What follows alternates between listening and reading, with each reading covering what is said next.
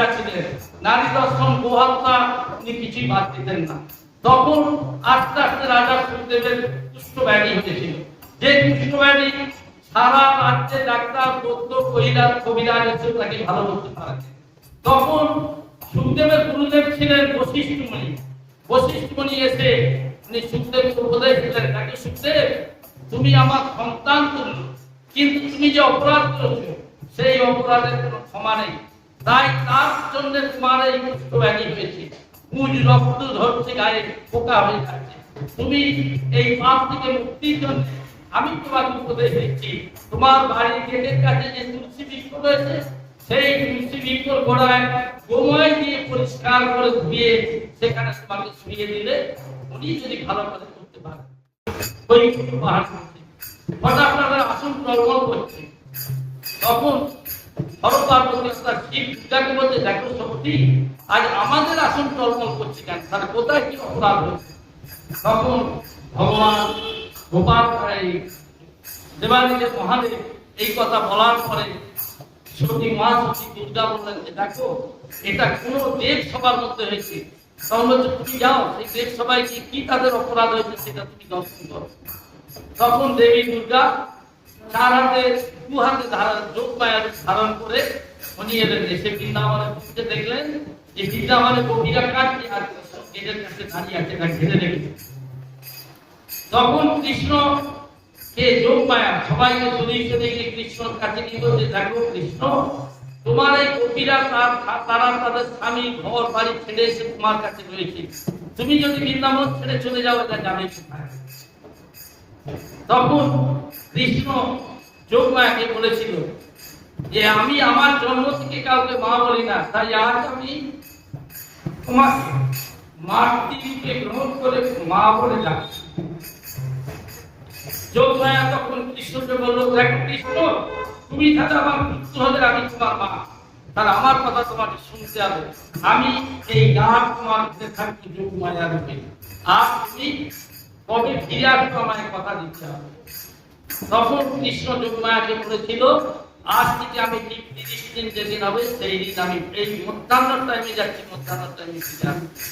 যোগমায়া কৃষ্ণকে বললো, দেখো পুত্র আমি তোমার এই ডাল খেতে থাকি, আর তোমার এই গোপীরা তুমি দিবালোকে চলে যাচ্ছে, যতক্ষণ না ফিরে আসবে ততক্ষণ এরা কেউ অন্ন গ্রহণ করবে না, তুমি ফিরে আসার পরে এরা অন্ন গ্রহণ করবে। তাই আমি তোমাকে বলছি এই ডাল আমি ছাড়বো না, তোমাকে ফিরে আসবে। গোপীরা সবাই কাছে গোপীরা প্রতিশ্রুতি করলো, যেহেতু আমাদের প্রভু দিবালোকে চলে যাচ্ছে, আমার দিবালোকে কোনো অন্ন গ্রহণ করবো।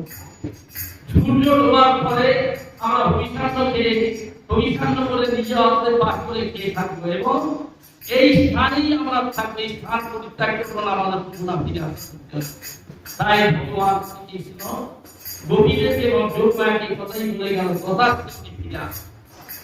সেই যোগমায়া তার ছেড়েছিল ঠিক 1 মাসের মধ্যে ফিরে এলো।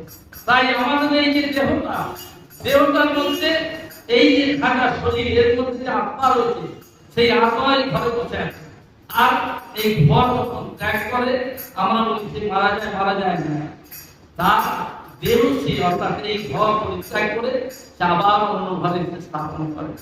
এবার এই যে দেহ পরিত্যাগ থেকে অন্য ঘরে স্থাপন করতে ভগবান শ্রীকৃষ্ণের ঘর দিয়েছে তার 30 দিন সময়।